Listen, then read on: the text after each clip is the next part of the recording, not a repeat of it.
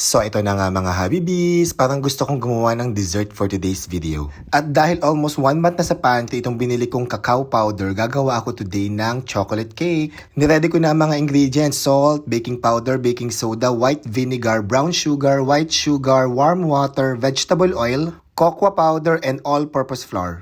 And para naman sa ganache, nag-ready ako ng all-purpose cream, chocolates, and butter. So ang una kong niluto ay ang ating chocolate ganache. Gumamit ako ng 2.5 cups ng all-purpose cream. Tapos niluto ko lang yan ng ilang minuto under medium fire. And then inilagay ko na yung mga chocolates. Gumamit pala ako ng 70% dark chocolates. Yung binili ni Happy David sa Germany kasi hindi pa namin nakakain, nakakaloka. At dahil kulang yun, nagdagdag ako ng konting milk chocolates. Hinalo ko at niluto ko lang yan for about 3 to 4 minutes siguro. And nung natunaw na yung chocolates, nilagyan ko naman siya ng 1/4 cup ng butter. So bali yung isang buong butter, hahati mo lang sa 4, yun na yung 1/4 cup. Ilagay lang sa ating chocolate ganache tapos haluin lang ulit for a few minutes. Napakabilis lang gawin ng ating ganache, tapos kapag okay na yan, isa-set aside nyo lang yan at gagamitin natin mamaya. Next ko naman ginawa ang ating chocolate cake. Minix ko yung 3/4 cups ng cocoa powder sa 2 cups ng all-purpose flour. And then inilagay ko ang 1.5 teaspoon ng baking powder, 1.5 teaspoon ng baking soda, 1 teaspoon ng salt, 2 cups dapat ng brown sugar, kaya naubusan kami, kaya dinagdagan ko na lang ng white sugar, nakakaloka.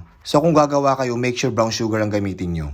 And then inilagay ko din ng 2 cups ng warm water and 1/2 cup ng vegetable oil. Haluin lang mabuti at i-make sure lang na ma-dissolve lahat ng mga ingredients natin. And by the way, first time ko palang gagawa ng chocolate cake. Nung okay na yung mixture natin, gumamit ako ng strainer parang masalang mabuti. Para ma-make sure natin na pinong-pino talaga yung mixture natin kasi meron dyan mga natitirang mga buo-buong harina. Ayan, parang ganyan. Mabuti na lang maganda yung pagkakahalo ko. Kukunti lang yung natirang buo-buong harina. At syempre, wag kalimutang sairin kasi sayang naman, diba? Nagpainit na rin pala ako ng oven kanina. Lulutuin ko yung chocolate cake natin under 180 degrees Celsius for about 35 to 40 minutes. Instead na baking pan, gumamit pala ako ng aluminum tray. Para naman mabawasan ang hugasin ni Ate Rose, diba? Char. At eto na nga, mukhang ready na ang ating oven, kaya iniligay ko na ang ating chocolate cake mixture. At sa sobrang excited ko, talagang binabantayan ko yung ating chocolate cake. Ayan medyo umaalsa na siya in fairness. And after 35 minutes, eto, luto na ang ating chocolate cake. Ayan, luto na yung ating chocolate cake. Ito namang ganache, ilalagay na natin dito. Oh my God, first time kong gumawa nito. I'm so excited. Sana masarap. Parang ang sarap naman, in fairness. Yung tinitikman ko ha. So, pagkaluto ng cake natin, sa dami ng ginawa kong ganache, ayan, ipupour na natin to. Ibubuhos na natin. Hahaluin ko lang ng bonggang-bongga para naman, yan. Kasi kanina nakaset aside kasi ito nang medyo matagal. Ayan, pakita mo Ate Rose, ganda. OMG. That's our chocolate cake. Ganache, kineme.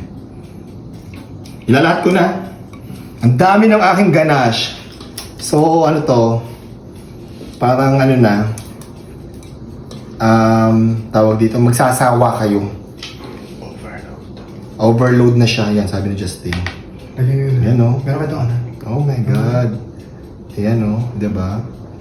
Tapos, pagkatapos natin ilagay ito, ipapalamigin lang natin dito sa cooling rack ng 1 hour.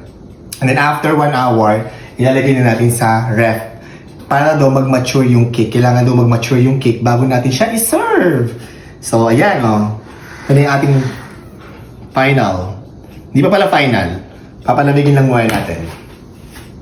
At eto na nga, inilagay ko na sa ref. Mamaya ipapatikim ko kay Happy David after namin kumain ng dinner.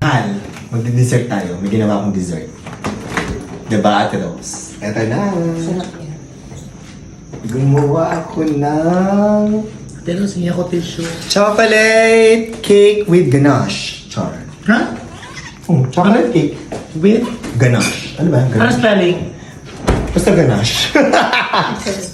Ibig sabihin na maraming sinasabi, maraming hanash. Yun ba yun? At least tingin akong Anong ganache? Thank you. Ganache, yung parang chocolate na Frosting, parang icing. Parang feeling kineme, parang icing. Hindi mo siya icing. Ano spelling nga niya? Search ko. Search mo. Baka Eme lang Oh yun my sa'yo. God! Tingnan natin. Ganache? As in ga. Ganache. Tingnan natin. Oo nga. CH, ganache. Ganache. Diba? At tingnan natin to. Parang icing. Oh my God, oh my God, oh my God. Teka lang, wait. Ay. Bakit galit yung Konti dalawa? lang muna yung kukunin ko ha. Maliit lang muna. Oh, wow! Oh my God! Look at Meron din sa loob. Wala. Wala. Ate Ros, hingi ako ng fork, please. Wow! Look at. Ate Ros, halika, kain ka din. Ate Ros, halika. O yan. Oh, pa. Thank you. Oh, Ate Ros, bigyan din kita. My gosh, okay, time na. Justin. It's so moist. Oh my God, look at that. Wala pala sa loob, pero let's Wala, itinappings ko lang yung ganache. see. Yung ganosh. Oh, Ate Ros. Word of the day ganosh. Let's see. Sa'yo yan. Thank you. Oh, Justin, sa'yo. Tikman mo na? How was it? Para sa akin, mas masarap yung Ano? pagmamahal mo sa akin. Oo. Justin, sa'yo yan. And this one. Ang sarap, baby, promise! Totoo? Pwede mo ito ibenta, actually. Magnegosyo ka kaya ng chocolate cake. This is your first time making chocolate Yeah, cake, but first you time. absolutely nailed it. Tignan natin, hindi ko pa masabi. We'll see. Oh my God! Uy, ang moist, oh! Justin, kain ka rin. Kain ka na, Christine. It's spongy. Ay, you know what? I think sobrang dami nilagay mong ganache. Oo, tabi ko kay Adolf, di ba? Pero masarap nga madami. Pero masarap. Kasi, hindi ko lang yan sa ibabaw. Tapos nag-ano na siya. Pero hindi, ang inisip ko kasi Oo. kanina, Sarap. inisip ko kanina kasi, baka naging moist lang siya dahil sa yung No, ganache na hindi. nilagay mo. Pero chinay ko yung cake sa ilalim talaga. It's really moist and it's really chocolatey. It's really good. Tapos hindi siya overwhelming yung tamis niya, tama lang. Hindi siya matamis, di ba? Hindi. Sarap. Gusto ko nga may konting pait-pait pa ng chocolate. Ang sarap. Parang dark chocolate. Alam mo ang ginamit kong chocolate dito? Yung binili mo sa Germany. Yung nasa rat na hindi natin kinakain. 72% tsaka 70% dark chocolate. Yung bili ko sa Germany, hindi pa expired. Hindi. Kung expired, kung masitachan mo, alam mo na expired. Kinabukasan kumain ulit kami at mas masarap na siya in fairness.